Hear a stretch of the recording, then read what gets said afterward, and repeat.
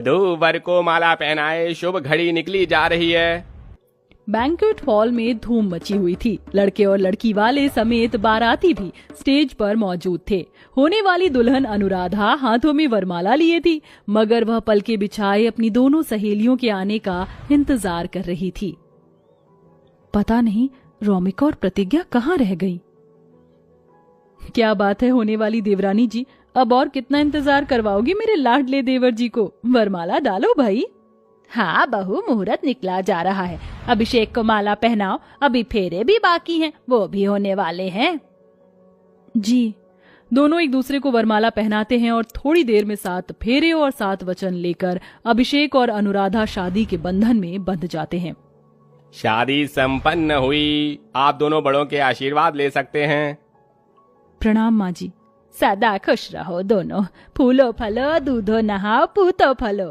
तभी कात्यायनी की बड़ी बहू रचना जेठानी होने का दाव चलाती है और बड़े ही गुमान से पैर आगे करके बोली, चलो मेरे भी पांव छुओ देवरानी जी, क्योंकि रिश्ते में मैं तुमसे बड़ी हूँ। अपनी जेठानी के चेहरे पर जलन का भाव देखकर अनुराधा पैर छू लेती है और विदा होकर अपने ससुराल आ गई। इसलिए कि अभिषेक और अनुराधा ने एक दूसरे को पसंद करके शादी रचाई थी। कात्यायनी की बड़ी बहू रचना ने उससे अपना बैर मान लिया, क्योंकि वह अपने देवर की शादी अपनी बहन से करवाना चाहती थी। मगर पूरा परिवार अनुराधा के बहू बनकर आने से खुश था, क्योंकि वो बहुत ही सरल, सीधी और हंसमुख स्वभाव की थी। नव्या, जाओ अपनी नई भाभी को उसके कमरे तक छोड़ाओ। जी माँ, आइए चलिए भाभी। ससुराल के पहले दिन अनुराधा तड़के सुबह उठकर साफ सफाई और पूजा करती है, जिस पर उसकी सास कात्यायनी अपनी नई बहू की खूब बड़ाई करती है। माँ जी आरती लीजिए। वारी जावा बहू, तुम एकदम लक्ष्मी स्वरूप लग रही हो। तुम्हारे शुभ कदम इस घर में पड़ने से जैसे ये घर आंगन महक उठा है। ये सुनकर रचना अपनी देवरानी से ईर्ष्या करती हुई बोली, सासू माँ जी बुरा मत मानना, मगर आप देवरानी जी की तारीफ तो ऐसे कर रही हैं जैसे वह सोने का तोड़ा लेकर आई हूँ। जब मैं शादी करके आई थी तो अपने साथ दहेज में sofa set, LED TV, Godrej की अलमारी, वॉशिंग मशीन, कितना कुछ लाई थी। हाँ, बड़ी आई शुभ पैरों वाली। एक पाई तो लाई नहीं मायके से ससुराल में। रचना अपनी अमीरी की आड़ में अपनी देवरानी को नीचा दिखाती है, क्योंकि अनुराधा मध्यम वर्गीय परिवार से आई थी। तभी नव्या फट से बोली, छोटी भाभी वो क्या है ना, बड़ी भाभी को डींगे मारने की आदत है, इसलिए आप बुरा मत मानना। ये ऐसे ही लंबी लंबी फेंकती हैं, हाँ बस लपेट लेना। अपनी ननद के इस कहे पर अनुराधा की आंखों में छाई नमी चली जाती है। ऐसे ही दिन गुजरते हैं, मगर एक दिन वह अपनी दोनों सहेलियों की तस्वीर को सीने से सटाए फूट फूट कर रो रही होती है। आई मिस यू यार। शादी के बाद दोस्त बिछड़ जाते हैं, काश कि तुम दोनों मेरे पास होती। आज तुम्हारी बहुत याद आ रही है। तभी घर की डोरबेल बजती है। कात्यायनी उस घड़ी हॉल में बैठी होती है। अरे रचना बहू, छोटी बहू, कहाँ हो दोनों? दरवाजा खोलो, कब से घंटी बज रही है। लगता है दोनों काम कर रही होंगी, मैं ही खोलती हूँ। कात्यायनी सोफे से उठकर जैसे दरवाजा खोलती है तो वह जोर से चीख पड़ती है। उसके सामने 2 लंबे तगड़े पैरों वाली लड़कियां खड़ी थीं।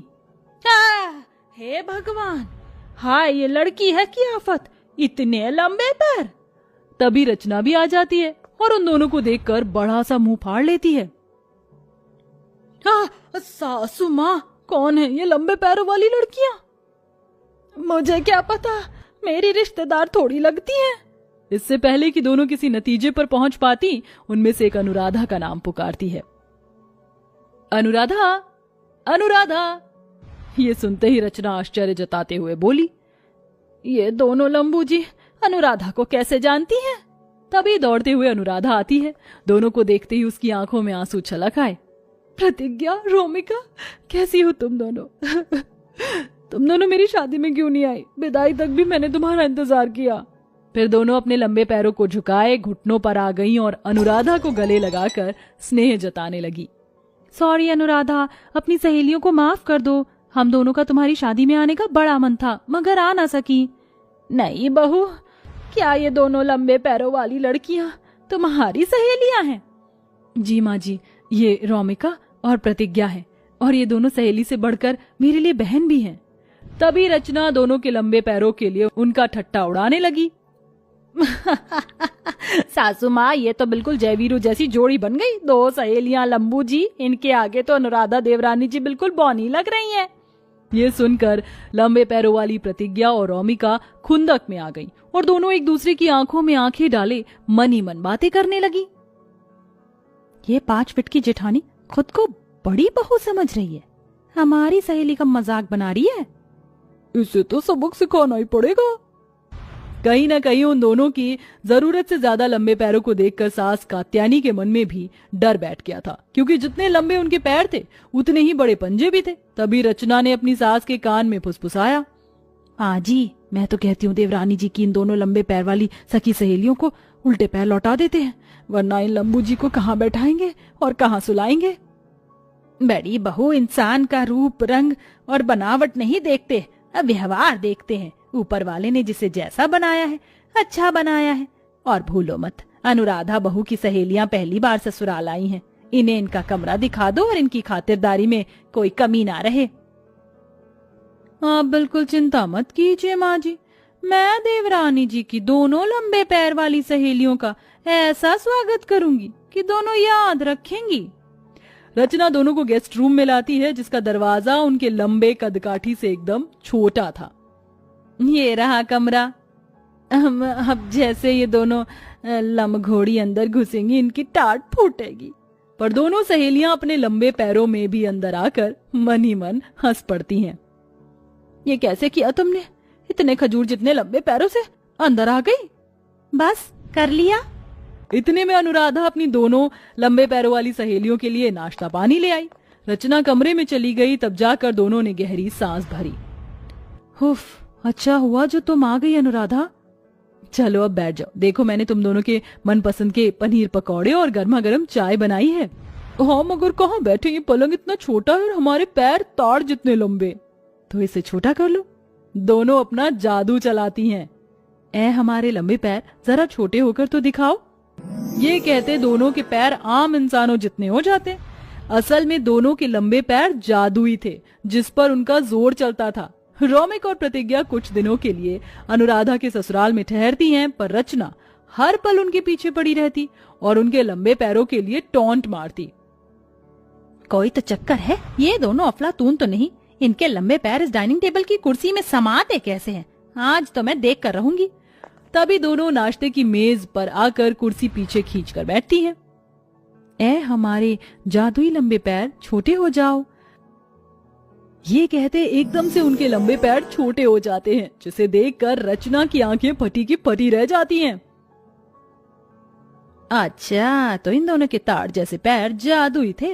अब इनकी पोल पट्टी तो मैं खोलूंगी, तभी इन्हें पता चलेगा कि किससे पाला पड़ा है। रचना अपना मुंह खोलने ही वाली थी, तभी घबराई हुई पड़ोसन सरोजा वहां आती है। कात्यायनी आंटी, मेरी मदद कीजिए। बात क्या है सरोजा, तो इतनी घबराई क्यों है? मैं अपने बच्चों को घर पर छोड़कर गई थी, आई तो देखा घर में आग फैली है, दोनों अंदर फंसे हैं। ये सुनते ही दोनों बिना देरी किए बाहर आती हैं और अपने जादुई लंबे पैरों का जोर आजमाती हैं। प्रतिज्ञा, आग ज्यादा निचले हिस्से में फैली है, वो देख वहाँ एक बालकनी दिख रही है, चल। है हमारे जादुई लंबे पैर, दिखाओ अपना कमाल। देखते ही देखते दोनों के पैर कई फीट लंबे हो जाते हैं और दोनों गर्दन लफाकर बालकनी तक का रास्ता तय करके अंदर घुसती हैं। ये सारा नजारा अनुराधा के ससुराल वाले देख रहे थे। थोड़ी देर में दोनों बच्चों को लेकर बाहर आती हैं। ये लीजिए आंटी जी, आपके बच्चे। देखा आपने माँ जी, इन दोनों ने अपने लंबे पैरों की जादूगरी हमसे छिपा कर रखी। मुझे तो डर है कि कहीं ये टोना टोटका भी ना जानती हूँ, और ये अनुराधा भी। नहीं नहीं माँ जी, ये झूठ है। लेकिन कात्यायनी रचना को जोरदार थप्पड़ मारती है। बस करो रचना बहू, अरे ये दोनों तो मसीहा बनकर आई थी हमारे घर, कहीं की खुंदक कहीं निकालना तो तुम्हारी आदत है। मैं जानती हूँ तुम्हें अनुराधा बहू से जलन है और बैर है। बेटी, तुम दोनों ने बहुत बहादुरी का काम किया है, जीती रहो। धन्यवाद माँ जी। आग लगाए आदत की वजह से रचना अपना मान खो देती है। थोड़े दिन बाद अनुराधा के ससुराल आई उसके लंबे पैरों वाली सहेलियां भी लौट जाती हैं। अनुराधा भी अपने ससुराल में खुशी खुशी रहती है।